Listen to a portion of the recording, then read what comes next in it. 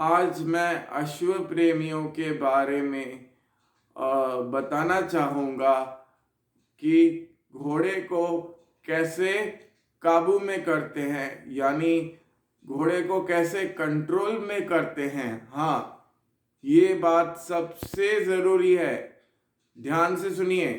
क्योंकि घोड़े को अगर आपको कंट्रोल करना नहीं आया तो घोड़ा कर रखने का कोई मतलब नहीं है।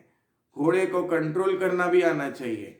तो उसके लिए आपको घोड़े के साथ ज़्यादा से ज़्यादा समय बिताना पड़ेगा, घुड़सवारी करनी पड़ेगी, घोड़े को दौड़ाना पड़ेगा, घोड़े की सेवा अच्छे से करनी पड़ेगी, घोड़े को खूब खिलाना पिलाना पड़ेगा, घोड़े की नालबंदी करनी पड़ेगी, घोड़े के कान साफ करने पड़ेंगे। और आप एक बार राव हेल्थ का चैनल ज़रूर देखिए। उसमें घोड़े के बारे में बहुत कुछ बताया हुआ है कि घोड़े के मुंह में लगाम कैसे डालते हैं। मैं आप थोड़ा बता देता हूँ कि लगाम कैसे डालते हैं घोड़े के मुंह में। कि लगाम में गुड़ चिपका दो तो घोड़ा लगाम ले लेता है, क्योंकि गुड़ से वो मिठास आएगा। तो घोड़ा सोचेगा कि अगर मैं लगाम लूंगा तो मुझे ज़रूर कुछ मीठा खाने को मिलेगा। तो वो घोड़ा आपका लगाम लेने को तंग नहीं करेगा।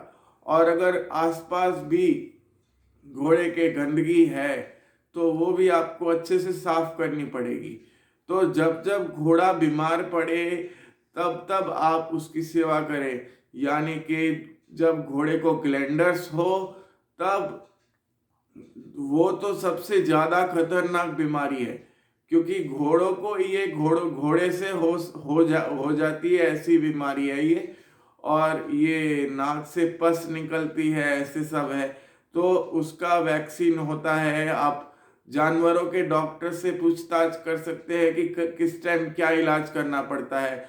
और हाँ, घोड़े को टेटनस हो सकता है, जी हाँ, क्योंकि घोड़ा जो नाल पहनता है उसमें घोड़े को कभी भी चोट नहीं आनी चाहिए, क्योंकि वो नाल एकदम लोहे की बनी होती है।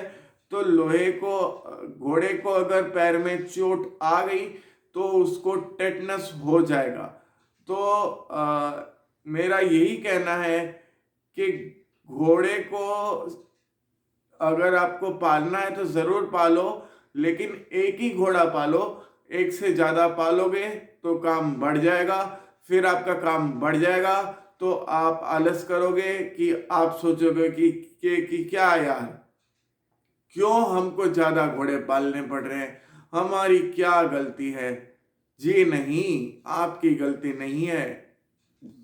आप व्यापार के लिए भी अगर 10 पर 15 घोड़े या 20 घोड़े रखोगे तो आप ही को ज्यादा काम करना पड़ेगा।